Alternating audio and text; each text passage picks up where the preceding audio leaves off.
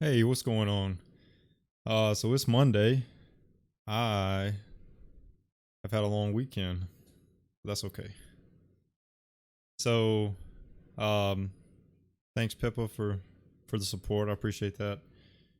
So yeah, so it's been a long weekend, but still gonna run the stream. So today is completely about debt management. For anybody that has thanks for the follow, Toso. For anybody that's ever done anything with within um, finances has absolutely 100% seen um, debt management be a problem, right? So whenever you come up with any kind of um, budget, any kind of financial plan, the number one thing that always seems to be the part that people just can't seem to figure out or get rid of is completely based around um, the debt part. So it's always that they can't find enough money to go around. They can't find enough money to cover their expenses. They can't find um, enough money to really see that light at the end of the tunnel, right? So debt is something that I want to talk about. Debt is something that I want everyone to take seriously, because debt is the one thing that will hold you back from ever getting to that point in your financial life that you want to see. So, with that being said, there's a ton of these followings that popped in. I do not know where they all came from. Sorry, it threw off my focus completely. They were popping in. It was from a little bit older, so they're like reappearing. But anyways, um, debt is gonna be the one thing that that is going to constantly show up, um, and is going to keep the music still playing. Is there music playing? I don't think so. I think we're done. I think the music's over.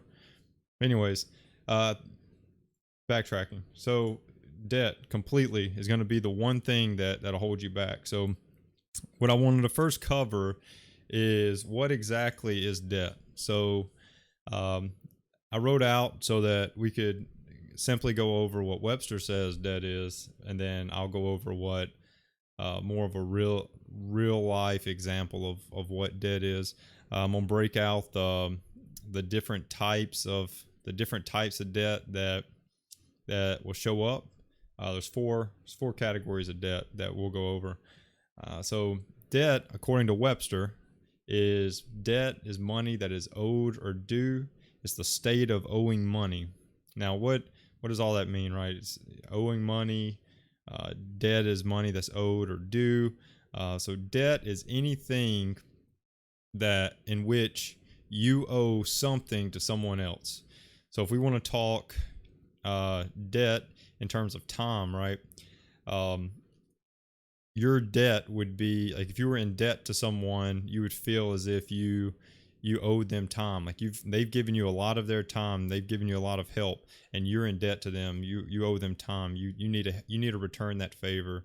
From a financial point, it's nothing more than that someone has given you money to do something with.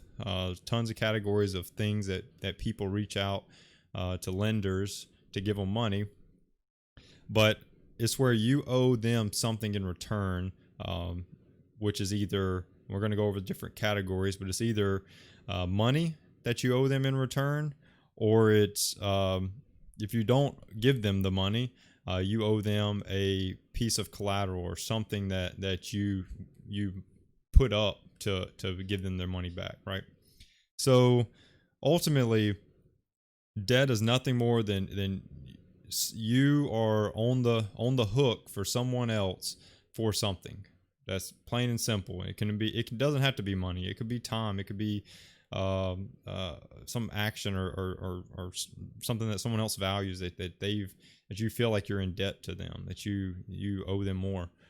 So debt doesn't have to be financial, but today we're obviously talking on the Financial Mirror. We're talking completely about finances. So just wanting to clear up that debt doesn't have to. Everyone talks about debt, right? But it doesn't have to be time, or it doesn't have to be money. It can be anything. So what are the categories of debt? Pretty simply put, there's 4 categories: secured debt, unsecured debt, revolving debt, and mortgages. It's the 4 types or 4 categories of debt. So when you think about secured debt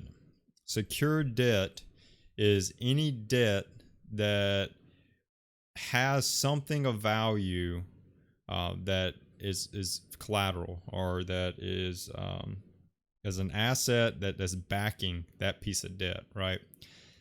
Probably the number one thing that you can think of is a car loan, right? Or car loan. So with a car loan, how that works is you reach out to your bank, or you reach out to whomever is going to finance your vehicle. That money is not freely just saying, "Hey, here, go buy your car." All the processing that goes behind pretty much puts that car is not yours. There's a lien that's put on that car. So that lien that's on that car now makes that vehicle belong to whoever the owner is. It's going to be your lender. Your lender is the owner of that vehicle until you pay that vehicle off. So with a secured debt, what's happening is your bank or your lender is pretty much owning your vehicle until you pay them back completely, and then they'll turn over the title to your vehicle. That's a secured debt. It's the best example. It's the easiest to follow. That you're gonna have that most people either have experienced or will experience if they decide to put to buy a car with a car loan. It'd be secured debt. So if you default on the loan, they're going to take the car back. Now, for any kind of lender, or even for us, we know that value of vehicles does not hold true to anything. They really don't hold value whatsoever. So knowing that, the lender is going to base your interest rate off of whatever your past payment history is. Credit score drives a lot of it, but it's really just your credit worthiness is what's going to drive that interest rate. The higher their interest rate, all they're trying to do is recoup some of that money on the case that you don't pay them. The faster they can recoup more money, the faster they can break even if they have to repossess that vehicle. So because you are a higher risk in your credit worthiness, the higher your interest rate is, meaning the higher your payment is, or the more of your payment is interest. I don't want to say higher because that goes to calculations, but the higher your interest is the higher amount of your payment is going towards interest. And what that's doing is getting your lender their money back faster, so that if they do have to repossess that car, they don't lose as much money. All right. So secured debt. That's secured debt. Unsecured debt. So this one is a little bit pretty easy to follow. There's like, if revolving debt sort of has a role in unsecured debt. Credit cards could be unsecured debt or revolving debt. More revolving debt, right? But so unsecured debt's the complete opposite. Complete opposite of secured debt. So with secured debt, you have someone has something that is a value, that they have collateral. Unsecured debt's the complete opposite. They are absolutely trusting you. They're saying, okay, you show that you have a good credit worthiness. You show that you can manage money. You show that you have the ability to not mess us up, like not do us bad. You're going to pay us and we're good. Now, because someone has a great credit score, because someone has great payment history, life happens. And the more, if we go back to that financial report card, the better prepared you are for when life happens, um, the better life is, right? But for what about that person that has great credit history, great ability to make their lenders happy, that something comes up and then life changes for them. So just because someone has great credit score, just because someone has this great financial history, when life happens, if they are not really prepared to the sense that they should have been for when that event or whatever happened, they could still fall short and have unsecured debt that a lender would ultimately want their money back. So unsecured debt doesn't have collateral. So how does banks go about getting debt back that's unsecured? First off, what are unsecured debt examples? Signature loans is probably the number one.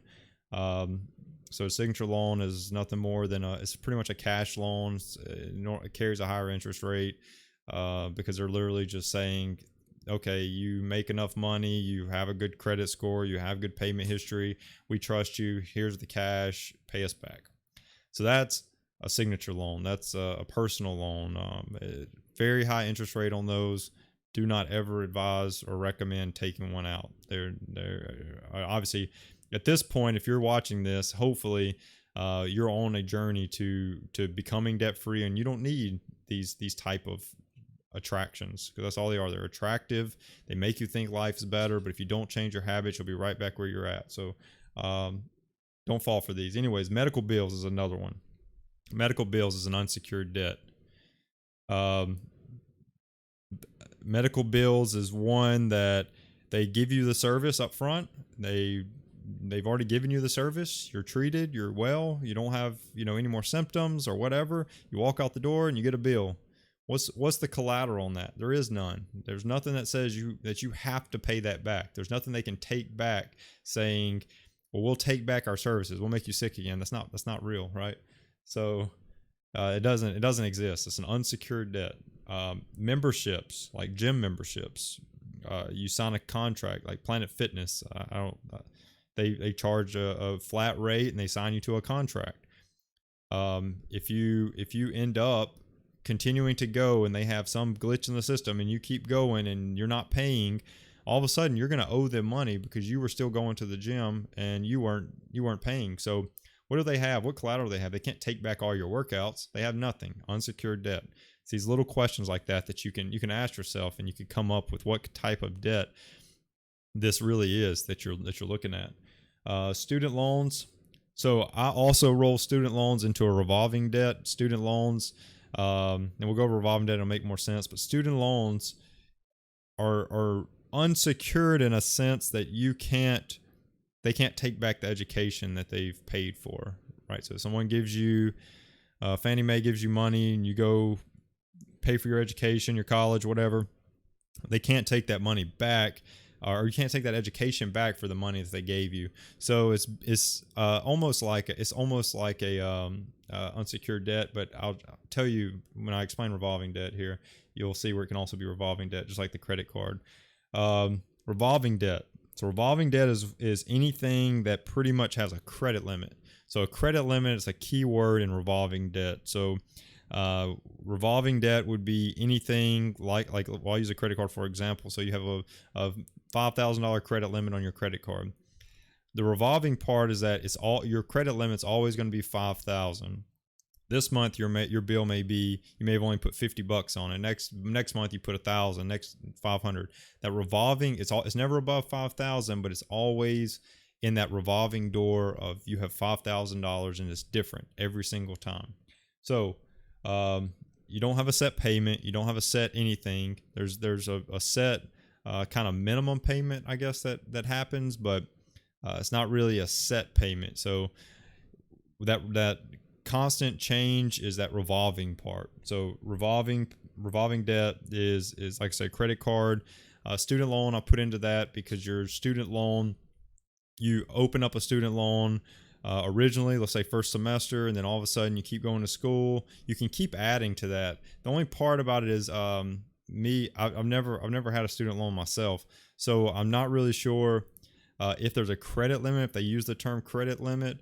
I tried to do some research on that. I didn't really see where they have a set per se limit. It's almost like they'll keep giving to you for as long as they feel like they have that fudge factor of you're eligible to pay it back. But how much you use is all depending on what your payment's going to be. So that revolving debt. And then mortgages is the last one. So secured, unsecured, revolving debt, and mortgages. Mortgages is the largest debt that people carry. We're going to go over in a future segment. We're going to go over all the different types of mortgages and compare and contrast which one is best for whom. That's going to be in a future stream. So look forward to that if you're interested in the different types of mortgages. But ultimately, the mortgage is for your home loan. So it looks like Pippa says there's a limit for parents and students each year. So that's for the student loan. So there's a certain limit for parents and students each year. So that's something to be on the lookout for. But so that would show you, that would give that example of that almost credit limit. If there's a limit to how much you can take out every year for parents and students, you pretty much have that credit limit or that set limit. So you don't have to use all that, right? You could use $5,000 if they're giving you a $10,000 amount each year, whatever it is. You don't have to use that, but that's that revolving part. But the mortgages, these are normally the lowest interest loan of anything. The only thing that's closer in comparison, if not sometimes beats in comparison, is student loans. Student loans probably carry the lowest interest rate. But mortgages, home mortgages, is a misconception in a sense that they're tax deductible, or the lowest interest rate. The interest is tax deductible. If you itemize your taxes, they're great. They're great long-term buys, as they naturally most of the time increase in value, and they hold value, right? Not only are they increasing, but by a house just sitting there, you're maintaining it and you're living in it, and it provides so much to you that they are absolutely great investments. However, they are still debt, and that's what's going to segue into good versus bad debt. So you will hear a lot of people say, well, home mortgages are good debt, and that is 100% true. That a home mortgage is a good piece of debt. It's a great thing that provides a ton of value to you as a individual, and wealth building and all that. But the problem with it is people jump into a home mortgage before they're ready. So the idea of renting versus buying, and renting is wasting your time and renting is wasting your money, that's not true, in a sense that you're jumping into a home purchase is creating bad debt. So just to jump in and say, I'm going to just go buy a home, I'm going to go do this, I'm going to do this, don't do that. Take your time. Make sure that you're financially ready before you take on that debt. Because think about it.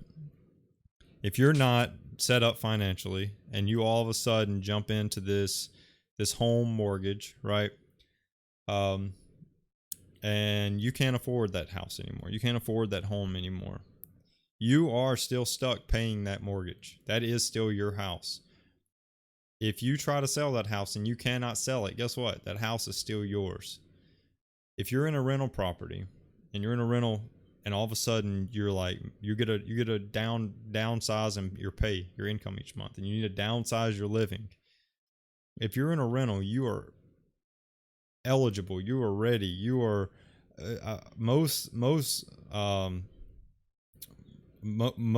landlords would probably, I mean, if I was a landlord and someone came to me and said, hey, I can't afford your place anymore, I can't, I just lost this much money of my income, me as a landlord would be more than happy to move on from you as a tenant, because I would want a tenant that I know is going to pay me.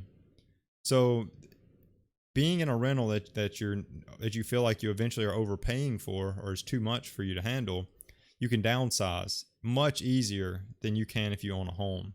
The mortgage company doesn't care that you lost your job, or you like, they really don't care. You still have a 15-year fixed rate mortgage that they expect a payment every month. So it is bad debt in a sense that it is debt that you can manage when you take it on and when you don't. So choosing to take on that debt when you're ready is what would make that a better debt. I'm not going to say a great debt or good debt. It's better. It's not bad. It's in the middle. So good debt is money that's owed on wealth generating or increasing in value assets. So a home would fall into that. But like I said, buying a home at the right time is the key. Buying a home at the right time is the key. Bad debt is debt that will not improve that financial report card. That's that's credit cards, that's buying cars, that's all these things that will have no or negative even impact on your financial report card. Watch the first episode of my streams to go over financial report card if you missed it, but the goal is to get that financial report card up. You want to be 100 out of 100. That's the goal. So making sure that you're trying to achieve that is key. Bad debt is anything that takes away from that. So do not entertain. Do not try to go about adding up bad debt, because it's only decreasing your financial report card score. So debt question number 1. This is the question that I want you to put in your head, and I want you to think about every single time that you're trying to come up with, is this good debt or bad debt? It's a simple question. Will the debt pay me back more than I'm putting in? And only you can answer that. For things like cars, there's equations. There's equations out there and calculations you can make that will decide and tell you if this is something that's going to put money back into your is going to provide more value than what you're putting in. So cars calculations will show you that they do not bring you more money than what you put in. They absolutely do not bring you more money than you put in. If you can make that calculation, education, student loans, that's the iffy, that's the catchy one with that question, because most people, you can look at it and say, well, if I get this degree and I don't have the money, I would tell you it's better to save up and pay for your schooling if you can. Actually, I would highly advise you just to save up and just pay for the schooling, apply for scholarships, that type of thing. But normally speaking, if you got a student loan out, you could fight the argument to say, well, the amount of money I'm going to receive extra, or my income is going to increase enough that the return on investment for this purchase is worth it. This loan is worth it, or this debt is worth it. But when you're doing that, you have to go into and you have to add up the fact that there's interest on top of that you're calculating interest. You're not just saying, well, I'm going to take a $20,000 loan out to pay for my $20,000 school tuition, and not ever calculate how much interest is going to accumulate on top of that $20,000 before you get it paid off. So that's very important. And if your return on investment is still worth that, up to you to decide. I'm not going to be here to be the one to knock anything. I would just tell you, managing debt is important for wealth management. To increase wealth, debt management is the number one thing that will keep you from being on any kind of financial free path ever. Debt will absolutely eat into you. It's a mental burden. It's it's carries a huge weight, and anyone that's ever had debt that is now completely debt free, go ask those people. If you know anyone that's like that, go ask those people, and I promise you, they will tell you that the second that they got out of debt, was the second that they finally felt that they could breathe just a little bit. It's like trying to breathe underwater the whole time. You just can't get up. You can't get up. And all of a sudden you're out of the water and you breathe. It's a miraculous thing, right? So just go ask somebody. So when it comes to managing your debt, so you have debt. You've already accumulated the debt. So that all the things we went over first is describing debt. So you know the different types. You can categorize the different types. You have to stay on top of managing what you already have accumulated. So if you've, for any reason, for all reasons, there's tons of reasons people go into debt. There's tons of things that people go into debt over. So it's very important that you manage what you have already accumulated. But you have to get to where you want to be financially. You have to get control of your debt. So we went over last week. I'm just going to re-mention that wealth building begins when your debt is eliminated. So if you put 10 eggs in a basket and you take 9 out, eventually that one extra egg you left in your basket every single day, your basket will begin to overflow. It's the example I used last week when we were talking about budgeting, and it's the same thing that goes for this. If you have debt, what's happening is you're putting 10 eggs into your basket and you're taking 10 out. And that's being positive. For most people that are in over their head, what they're doing is they're putting 10 eggs in their basket and they're trying to take 12 out, or they're trying to take 14 out, or they're trying to take 20 out. If you are way in debt, you are trying to put 10 eggs in your basket and take more than 10 eggs out, any amount more than 10 eggs out. So what do people resort to? They resort to things like those signature loans, personal loans, and they think, well, if I could just pay off this debt, life will get better. If I can just get rid of this debt, I can manage the rest. But I am an honest person, and I will tell you that is not what's true. That is absolutely not what's true. You're going to get this signature loan, this cash loan. Payday loans are probably the most corrupt system in the world, because I want you to think about what a payday loan does. A payday loan takes your income before you've made it, right? So you've given some company your paycheck before you've even gotten it, right? And then they want that much money back. So you're going to give up you're taking a payday loan out because you need more income that month, right? So you're taking money that you haven't even earned yet. You're taking that and you're using it. So when the next month comes around, you're starting at zero. But guess what? You still have expenses. You still have rent or mortgage. You still have electricity. You still have basic life essential expenses, and you've already given your whole paycheck away, right? Like you've given all that away. So now you're adding to your problem by doing these little. They're criminal, in my opinion. They're absolutely criminal, but legal. They're legal to market this stuff. But if you think that there's any way to get out of debt other than limiting how much you spend and making what you spend less than what you make and filling in the gap with paying off your debt, there's nothing to fix it. I promise you. You've got to fix yourself. Your decisions that you're making, you've got to fix those. So it's a free feeling to know that you don't owe anyone. That every month, besides your normal expenses, you can pay yourself. Like you can pay yourself. All that money that you paid to lenders, you can pay yourself with. So that's very important. That's very important.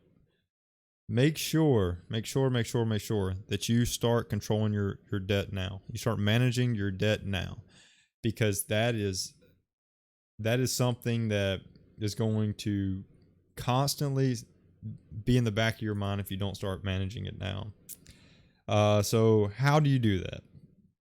How do you do that? First off, the first thing you have to understand is that debt is a powerful, powerful thing, and you have to respect it. You have to respect debt. Respecting it means that you understand that debt has the power to control you. Debt has the power to influence the decisions you're making. So with that ability to control your thinking, to control how you go about life, to control how you manage your finances, like debt controls that. Debt is a controlling factor behind that. And so the first thing that you have to do to get debt out of control is to stop adding more debt. That it goes back to what I just said. All these little gimmicks, all these criminal activities that are out there that say we can help you get out of debt. There's only a couple of things that people can. So the number one way to get yourself out of debt is to budget your money, and once again have less coming out of your pocket to your expenses, those life essential expenses, the rest money going towards your debt and being able to afford your debt. The only other way for someone to manage to help you get out of debt is what they'll do is it'll be a company that will call your lenders. These are mostly those unsecured debt lenders that if they have nothing, they're just hoping that they don't, all they can do is send you to a debt a debt collector that'll take they'll sell off your debt to a debt collecting company. That debt collecting company will either try to work out something with you to pay them back, or they're going to send you to court. They're going to do a court, and they'll sue you for the money, or they just throw it on top of your credit report, and life goes on for you. You just have really bad credit worthiness, which to me it's you've got to be able to manage your finances. It's a true reflection. Credit scores mean nothing. They absolutely mean nothing. But you just naturally, if you've used credit for any amount of time, if you're still using credit, you have a credit score that's based upon how you're handling what you do have credit wise. So stop adding to your credit, or stop adding to your debt, and don't buy anything on credit if you can't manage your finances. And I'm trying to say this as if you're in over your head, so I'm going to get to it in a second, the plan that I find works the best. But if you're having trouble preventing yourself from adding to your debt, the one thing that you can do is pay cash for everything, or pay with a debit card. And there's one thing I want you to go look at. If you're having trouble managing debt, I want you to go look at your bank, at your checking account, whoever you bank with, and I want you to see there's a feature that you can turn on that allows your card to decline when you don't have enough money. So what that does is it allows your bank to decline anything that you don't have a cleared amount for. So if you've ever looked at a bank and you swipe it, this is an example. You swipe at a like gas station, for instance, and it puts $100 hold on your debit card, but you only get 50 in gas. That $100 hold turns into a 50 after it clears. So what that feature on your debit card does is it allows those holds to actually affect your available balance. So it prevents you from overdrafting your account. That's the end state. We don't need overdrafts. We don't need all these other things happening while you're trying to get out of debt. While you're trying to manage your debt, you don't need all these extra things showing up in your life, presenting themselves. So if you're having trouble getting your debt under control, first off, stop using credit cards. If you can't manage money, don't use credit cards. I'm not an advocate to tell you to cut up your credit cards. I'm not an advocate to tell you don't use credit cards. I happily use my credit card every single time I make a purchase. I can't tell you the last time I used a debit card. I have no idea.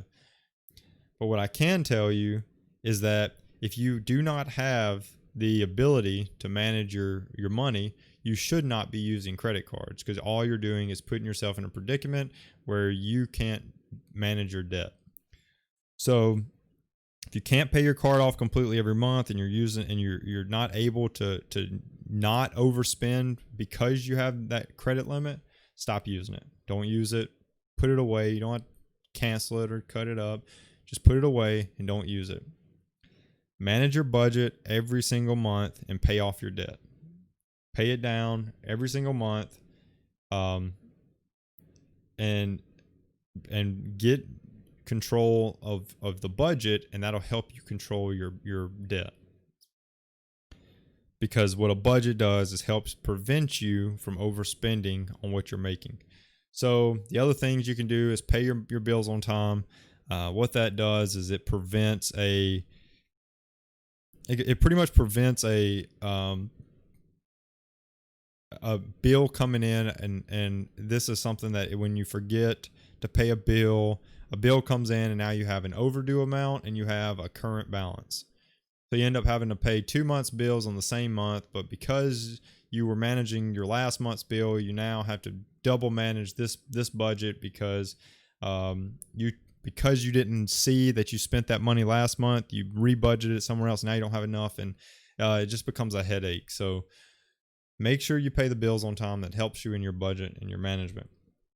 And then the last thing that I want to throw in there for managing debt is have someone that you trust that holds you accountable. Have someone that you don't mind sharing, that you feel comfortable sharing your finance information with, in a sense of that when you're having trouble, or you think that you just got to have this, run it by them and see what they say. Run it by them and see what their clear conscience mind says to you. But have that person that you can trust and talk to about your spending, because spending is a habit. You can get in the habit of buying things that you just have to buy new things. Like you get this. I'll give you an example. You get this a spending addiction. It's just like part of your brain that triggers this like happy feeling just by hitting the buy button. I think I saw an article on this. Let's look this up. So I saw this article, right? And this is a great way to put this off. Let's see. So pretty much addiction with hitting the buy button on Amazon. Look at that. I saw a thing. Let's see. I gotta find this. So here, this is an article. Probably something. So I saw this article, right? Here we go. How to take control of your Amazon Prime addiction. So here's some of the things, but it's easy to go overboard when all you have to do is click the buy button. So like there was an article I was reading that how this easiness of logging into an app and simply just being able to hit a buy button. Let's try online shopping addiction. 10 signs you're addicted to online shopping. Like this is that accountability thing. This is the whole reason I'm bringing this up, is that here's what I was talking about. People who like to get instant gratification, people feed off immediate gratification, are drawn to online shopping, where purchases are a click away. The quick satisfaction feeds in the cycle of cravings and rewards. So what I'm getting at with this is that it's an addiction. There's an addiction out there where you feel like that making that purchase is going to make you happy. Like, I'm going to buy this and I'm going to be happy because I bought this. But then I want you to think about the second happiness. The second happiness, it shows up when that happen and that package arrives. So you bought something, right? So then that arrives and you're happy again. You were looking forward to it coming in, and now you're happy again. And then all of a sudden you realize the next day, if it was something that was spontaneous, it was sporadic, that you just jumped on board with, that addiction goes away. And the happiness that you had for that object goes away with it, and you're now, that addiction shows back up because you go and you want to buy something else. So it's a real thing. Like, this is a real thing. Like, go look and do more research on it. I often buy things I don't need or much more than I planned, even when I can't afford it. Look at that. Where's these from? This is from Maryland Wee. Board certified Harvard, Yale trained psychiatrist and therapist. So I mean, this is the kind of, I hide things that I buy because I'm afraid other people will think it's unreasonable or a waste of money. Like, these type of emotions that drive people to go into debt. I feel like I can't stop online shopping even if I wanted to, and or have tried to stop without being able to. My partner, family, friends are concerned about my online shopping, and I end up in arguments over it. Like, these are signs of addictions. I could translate drugs, alcohol, anything into these same spots. This is an addictive personality, and it's a huge driving factor behind debt. This desire for this instant gratification, this need for something right now, is a driving force behind why people end up in debt. So taking control of this, if you think you have a problem, here's some tests for shopping addiction. Let's try one of these. Compulsive buying scale. No, didn't work. Bergen shopping addiction scale. Does that work? Here we go. Initial pool items. Table 1. I don't know how this works. Shopping buying is the most important thing in my life. How do I take this? I'd love to take one of these. But yeah. So you can look at this. I shop in order to feel better. Stop and buy things in order to change my mood. I stop and buy things in order to forget about personal problems. Like, these are absolutely addictive traits. Withdrawals, relapses. Wow. So that's off on a tangent, but this is real stuff. So online shopping is becoming a real thing. What is this? Substance abuse. Do they consider buying?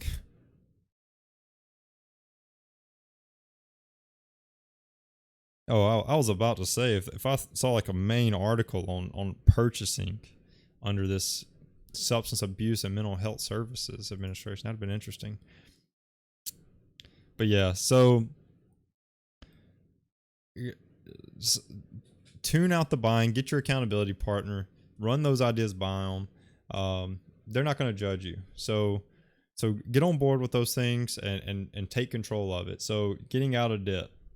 So you have your debt, you're starting to manage it. You've stopped adding to it. You've either switched to, you're using your credit card, but you're very, if you're in that category of that, you're pretty good at managing. You can pay it off every month. It's not becoming a piece of unsecured debt for you. If you're not, you're using debit card, cash only. Those are the things that you should worry about in terms of managing. And then now we're at the last step, getting yourself out of debt. So first thing not to do, All right, so we went over payday loans, we went over signature loans, we went over all these other type of loans. The other thing that is a common sought after way for people to try to get out of debt is debt consolidation. All right, so here's the facts on debt consolidation. You can consolidate your debt. So debt consolidation is nothing more than you're taking all of your debt, putting them into one debt, right? So the biggest way people will do debt consolidation now is through credit. There's a credit card. You would open a credit card that has some kind of debt consolidation built into it. It's the easiest way to do it. You would use that credit card to pay off all of your other credit cards, and you end up with one bill to one credit card that would house that money. And then sometimes you'll have some kind of 0% interest offer to help pay your credit off on a 0% interest rate. So if it was that easy to get out of debt, everyone would be out of debt. If that was how simple getting out of debt was, every single person would be completely debt free, because that's easy, right? Open a credit card, roll all mine into it, get an 18-month 0% interest rate on all my $20,000 in debt. I'm gonna pay it off in 18 months because I can afford whatever, $800, $900 a month. I can pay it off $1,000 a month, whatever it is. Pay it off and I'm done, right? Everything's lovely. Okay, if it was that easy, everyone would be out of debt. So why, if it is, everyone should go do it. Everyone that I would tell everybody on this podcast, on this stream, go out, sign up for a credit card, consolidate your debt, and you'll be living the life after that. It's not true. It doesn't work like that. Because while it may be easier, and you convince yourself by saying, well, it's easier to pay one bill than it is to pay multiple bills, to pay 5 credit lines. It's easier just to pay the one. There's a lot of learning that goes into that debt management. So when you're going through and you're managing that 5 credit lines, or you're managing and you're trying to roll all your debt, you're trying to consolidate all your debt into that one piece of debt, there's a lot of learning opportunity that comes into it, and I would hate for you to miss that. All right, so that's the first problem with it, is you've got to learn how to manage your debt. Paying or going out and consolidating debt and making one large amount does not teach you really anything. All right, so you're gonna ask me, you're gonna say, well, if that's the only reason is just because you want me to learn something, then I should just go do it because I don't really care to learn it. Perfect. I'll give you the next standing on it.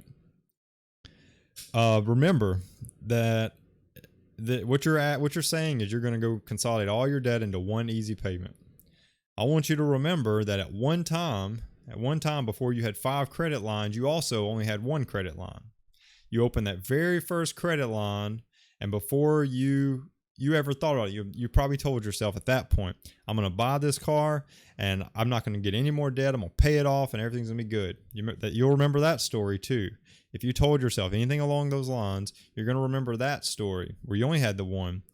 So for my first point, you have multiple lines of credit. You're going to roll them into one, make one payment. You don't want to learn anything. Well, I would ask you, and I would challenge you to ask yourself, what did you tell yourself when you had one line of credit before? What did you tell yourself to make you open that second one, and that third one, and that fourth one, and that fifth one? What were you telling yourself? How are you convincing yourself? Because when you look at 5 lines of credit and you feel like you're over your head, how are you going to feel when you have 1 line of credit? You're probably going to feel a little bit of relief, right? So what's to say that you're now not going to go and open up where the 5 is now 1, so we're going to say 1. Go open that second line of credit again, which would technically be your 6th line of credit. What's keeping you from doing that, right? So it's a mentality thing. It's a thing you have to think about, the after effect of what the decision that you're making. What's the lasting impact of that? So you're thinking about that 1 line of credit the 5 that turned into a 1. And now you open a second one, a third one, a fourth one, a fifth one, and now you've got 10 lines of credit, and you're still trying to pay off your first 5. it's easy. It seems easy. It seems easy to have the 5 lines of credit, roll them into one and pay the one. But most people that do debt consolidation, they end up with more debt altogether. You just end up with more debt. You add to it. It's not enough. You add to it. So I would challenge you to come up with a plan, and that plan has to revolve around fixing yourself. So you got yourself into the mess of having a debt problem. You got yourself into that mess. It's not to be mean, not to be blunt, but it is. It is blunt, and it may come across mean. But I'm going to be honest with you. You got yourself into that debt. Now, the plan that you create, this is your plan now. It's the same way I said about budgeting. Budget is not limiting because you create it. You can add whatever you want to it, as long as that does not increase your debt. Your goal is to increase your financial report card. So if what you're creating is more debt, don't do it. But it's your plan. You need a plan that's going to say, this is my plan to get out of debt. So we're going to use five credit lines to get out of debt. So probably the best example when I was first learning about strategies and methods to getting out of debt, Dave Ramsey has his debt snowball. I'm sure I can find a nice little beautiful image to show you how a debt snowball works. It's pretty easy. So this is a good illustration. Mulanami. What is that? Okay. So here we go. This is probably the best illustration of a debt snowball. So here's the goal. 4 debts in this sense. So this example is giving us 4 debts. So you start out with $100. You have these 4 debts. Minimum payments on all of their debt is $50. This is what we're using as an example, right? $50. Debt A, you want to pay into that first debt. You can see how this is. Smallest debt, second smallest, third smallest, largest, however you want to look at it. But you want to order these from your smallest debt to your largest debt. All right, smallest debt to largest debt. So what you're ultimately trying to do here is pay minimum payment on these 3, right? Minimum payment on your smallest debts, paying off on your largest debts, paying off your smallest first. This 100 is easy math. However, when you're doing your budget, you pay the minimum payment. 50 is just for easiness as well. All these are for easiness. When you have, when you do the debt snowball, you're paying a little. I'm going to show you a real life example of this, how this may actually look, not using easy numbers. So debt A, let's say so here debt A is the smallest debt. We're going to pay a little bit more than minimum. If minimum was 50, so we're going to pay 100, and we're going to pay that bad boy off. Minimum payments on everything else. Once that's gone, bloop, gone away, we bring that 100 and we put it down here. We were paying 50, and we're not going to stop paying 50, but we're now going to add that 100 to this 50. So now you're paying 150, and you've made this a smaller debt much faster. So now you're paying 150 on this. Now, you had the 50 that you were paying here originally. Then at this one, you were still paying 50 because that was still the minimum. So now you're going to move, once B is paid off, you're going to move that 150 down. Bloop, another little bloop right there. 50 to 150, 200. Debt C is now smaller. And you can see how these are getting smaller and smaller and smaller. Your 50s keep carrying over as minimum payments. And then once you're done with C right here, the 200, bloop, down there. 50 to 250. 250 is now paying off debt D. And it's your only debt left. All right. So probably when I was first learning, this is the easiest to follow, easiest to implement. You've got to come up with a plan. So what I've come up with is pretty much this. I'm calling it a good plan. So you need a good plan, GOOD plan. And I'm going to explain what a good plan is. So a good plan, pretty easy using that concept, right? So we're going to use our debt snowball concept. The only difference in a good plan is because I'm not an advocate of cutting up credit cards. What a good plan does is breaks down different levels of your debt. Let me get some water.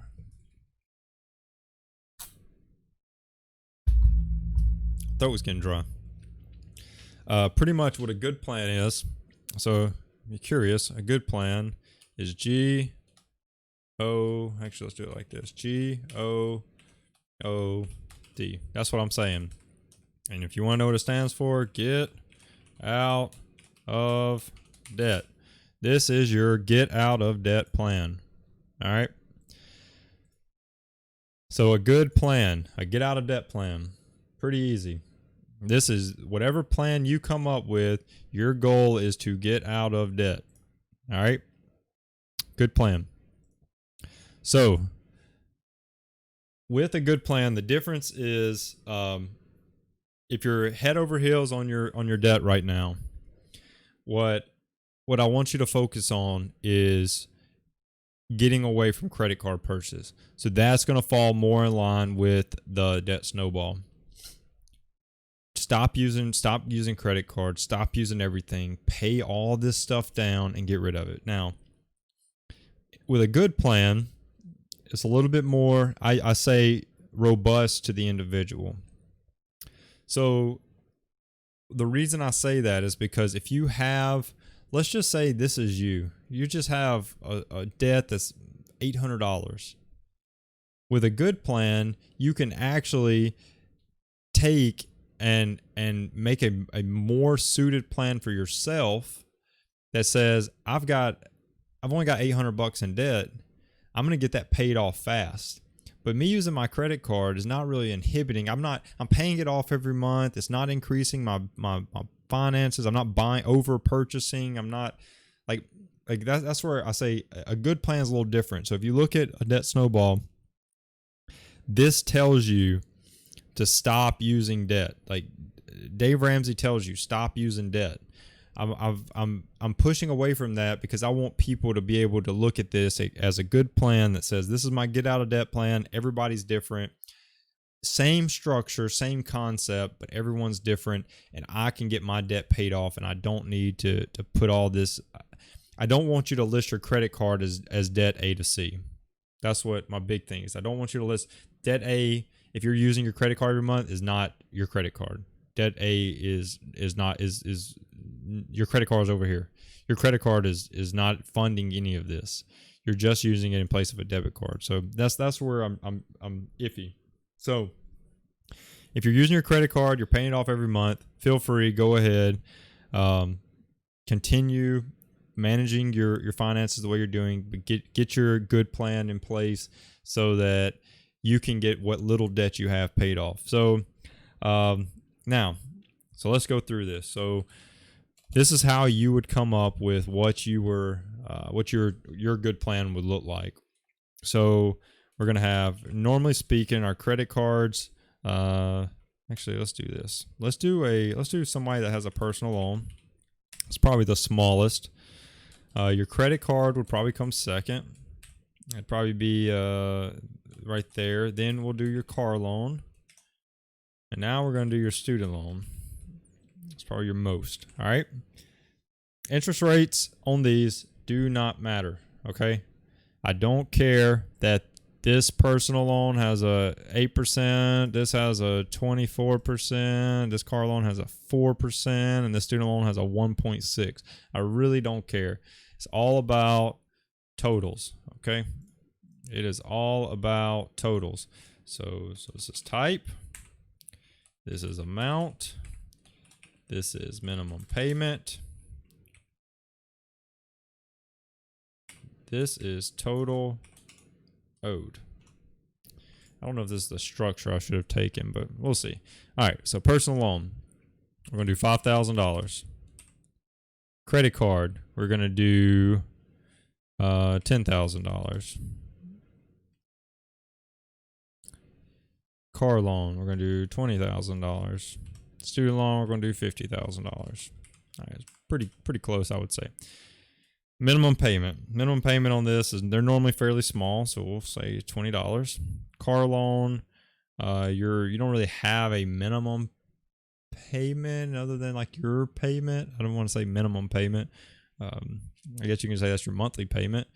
That's probably what this should be. I shouldn't say minimum because it's really just how much you owe in terms of your monthly payment. All these people give you an amount that you owe monthly. So car loan, we'll say that this is on $20,000. We'll say this is about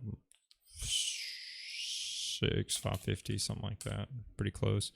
Credit card, most credit cards have you about at a $50 or $25 minimum. They're normally pretty small. And your personal loan would have a normal amount, right? So that's not, we're going to have to do total amount owed.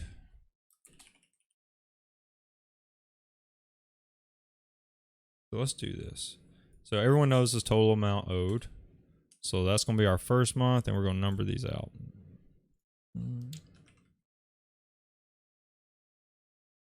And if you did something like this, so we'll do it for a year. If you did something like this, and then up here, income, we're going to say you make $5,000 a month.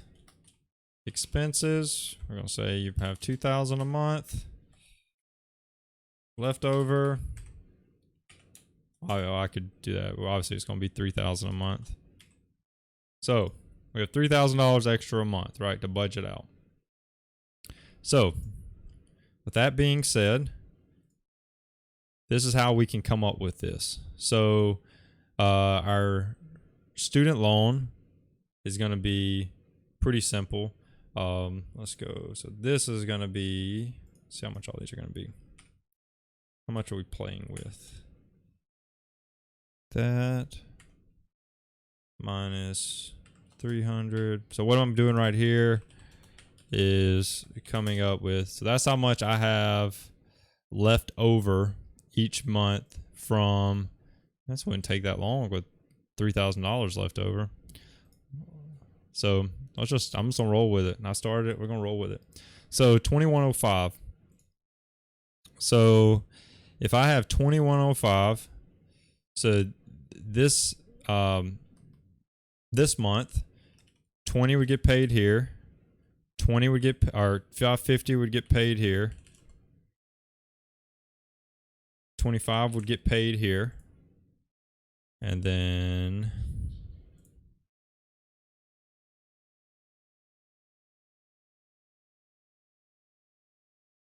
$15.10, so $18.10 will get paid here. All right.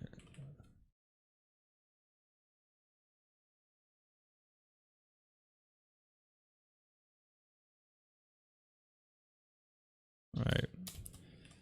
Let me know in the chat if you're not tracking this, so I messed that part up. But anyway, so what I've done here is I've come up with the amount that you owe for all of these. This is the minimum monthly payments. This is how much you're going to pay to each month until one is paid off, right? So the easiest way to do this is to take this and you're going to subtract this and this. Now, what that means is that is your leftover amount from this payment, from your first month's payment. So this is going to be that minus that. I can go pull that down. All right. So this is only paying monthlies, right? What was that doing? All right, I don't need that anymore. All right, so I don't need any of that anymore. So this is how much I'm paying. So now let's do that B7. So now this is going to be that minus that. A little bit better. Drag that down. All right, so you can see these numbers are estimates because obviously you're getting interest added right here, right? But now the next month, you're going to see that this one, oops, wrong thing. So now this minus this, oops, sorry. This minus this is negative 430. So that means this month right here, personal loan is done, right? Personal loan is finished. Didn't mean to do it like that. We're going to do it like this. Our personal loan's finished. $430 extra. So we're going to add that in to right here. What was that? 25. So 455. All right. So right here, it only took us 3 months to pay off. It took us 3 months to pay off our personal loan. So we're done with that one.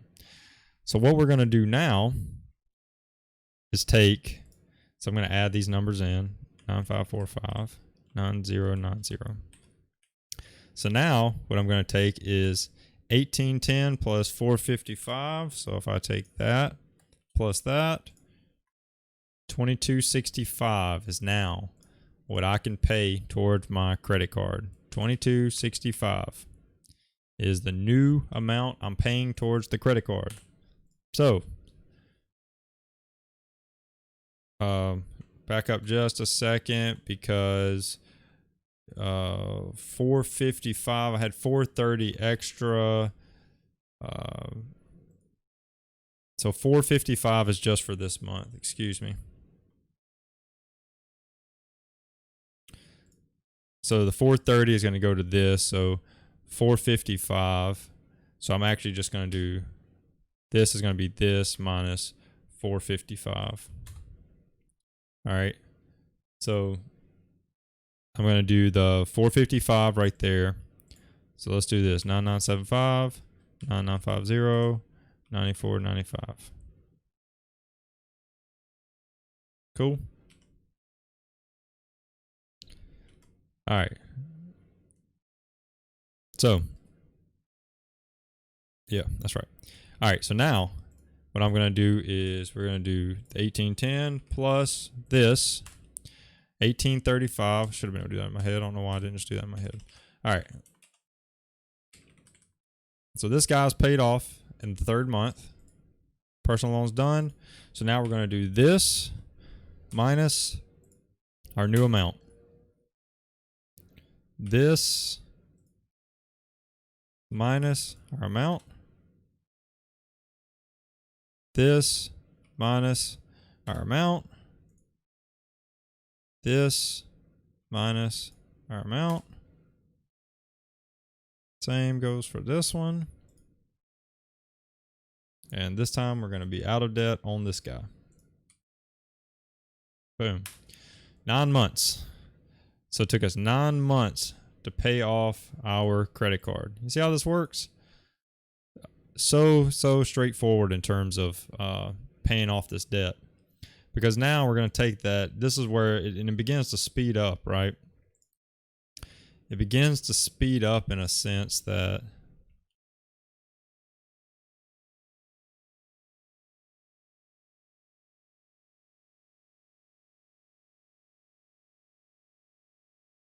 so this month, so 550, so 2065. So this month it would just be this minus 2065, 1635. But going forward, this was 550.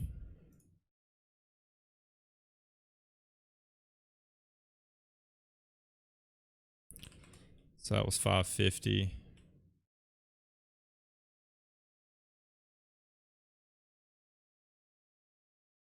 So yeah.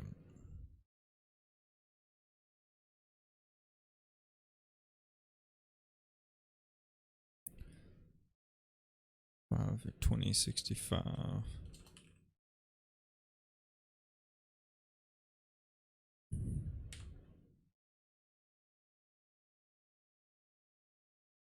It's all right. Anyways, you got it. You got my drift. So now you would take this 550 and add it to, so the sum of this plus the 550,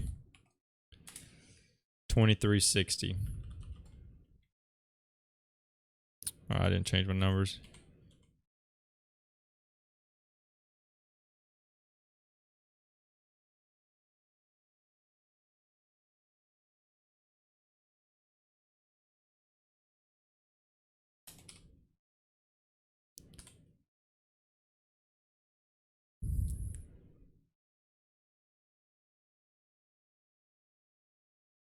So the sum of these, 2360. Now, you'll be able to see that these get a lot faster as these amounts were adding up, right? Oops, my bad.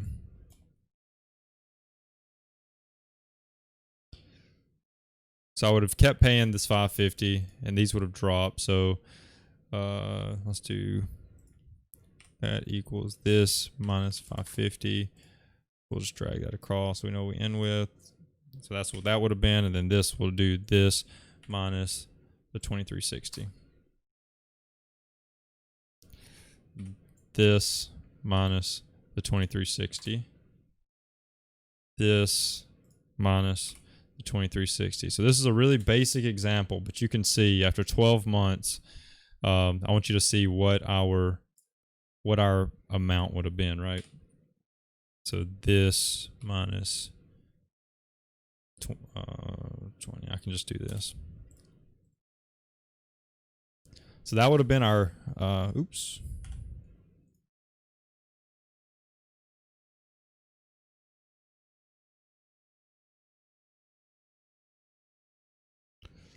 So you can see what would have ended up happening is that you will see that this number, and then once we add all of these together, we'll have that $3,000 going toward our debt. So once this is paid off right here, you'll have a full $3,000 going to that. So if we did this divided by 3,000, 16 more months to pay that off.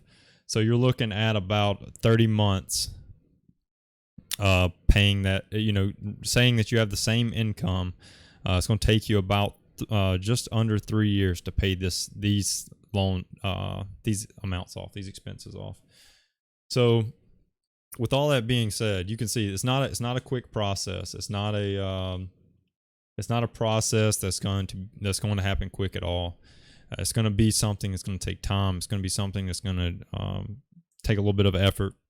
But this is a good plan right here. This is a get out of debt plan. Coming up with something like this that shows how much you make, how much your expenses are, what you have left over to put towards all these debts, and then calculating. And you can come up with how many months it's going to take you estimated to get out of debt. If you sent me you can go to my financialmirror.org, thefinancialmirror.org. At the bottom, there's a contact form. If you want me to put one of these together for you, I do not mind. So send it to me. I can build out something that would show you about what it can look like. But hopefully this made sense. Hopefully this all came together, that you got something out of this that you can say, well, this is how long it's going to take me. So I just gave you that this right here. If your numbers are close to this is about how long it would take you if you had $3,000 left over. If your leftover is $1,000, this changes this image a lot. I mean, you're talking, 4 years if you're not just selling stuff off to try to get money to go toward it. So, take the time out, build this out for yourself. You got to have something that's going to motivate you to keep going. You got to have something that's going to inspire you to say, I can get out of debt. I can keep going. I can do it. And that's going to be what it's going to take to move you forward in your financial life, getting that financial freedom. So I know I walked through this. I talked through it. If it didn't make sense, please go back and rewatch it. I'll go over the math one more time. It's pretty much what I did. I added up all. This is all the amounts. This is how much this person has in debt. So, I'll just give you a sum. This is how much this individual that I just created this has $85,000 in debt. Here's their monthly payments. This is how much their monthly payment is. Not that. This person's monthly payment is $895 minimum payments. $895. This person is after it was all said and done. This is a lot of additions. That number doesn't make any sense. So don't want to confuse you. This is how much you had in the personal loan. We went up to make it $3,000. So we paid minimum on these. Went up to $3,000 until it was paid off. Then we moved to $1,810 right here. So let's do this.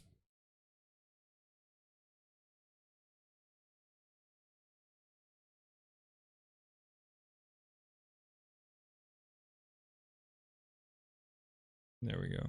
So this right here is going to be right here is where it's going to be your biggest thing is going to be the 1810. That's going to go into your leftovers. That's going, or it's coming from your leftovers, and that's going to give you your amount that you can start putting and rolling into the next debt. So make sure that you go in, make sure that you set this whole thing up, make sure that you understand like how much debt that you have so that you can create this debt snowball. It's very important that you understand it. It's very important that you have an idea of how much debt you have. If you don't know this number, you should definitely go and try to figure out what that number is, and then from there go ahead and start paying this stuff down. Start taking your leftover, adding it to your monthlies, and start eating away at your debt. Number one thing to remember: do not add to your debt. Take all this stuff, let this be whatever this number is, let this be the last piece of debt you have, and stop adding to it. That's all I've got. So I appreciate everyone that took time out to watch this. The uploading will be tomorrow at 1 p.m. to YouTube and to Facebook. So feel free to go in and set up your good plan.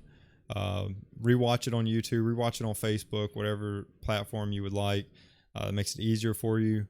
But go make this plan. If someone asks you how much longer till you're out of debt, like don't say, well, I've got to pay this off. That's not an answer. How long till you're out of debt is a timeline. What is your timeline? What is the timeline that you have to get out of debt? This is what it's going to take. It's going to take you sitting down and making this good plan, this get out of debt plan. So you've got to come up with this. You've got to create it. You've got to know what it is. It's going to motivate you in that budget to make sure that you're budgeting for this thing. So once again, I appreciate everyone that came out to watch today. If you're catching this later, I appreciate you tuning in. Next week, same will go for Monday. Sunday. Sunday at 1 p.m. next week. We'll go back to every Sunday at 1 until I have another reserve training, which would be on November 6, 7, 8. So with that, I appreciate everyone. I really do. See y'all next week. Peace.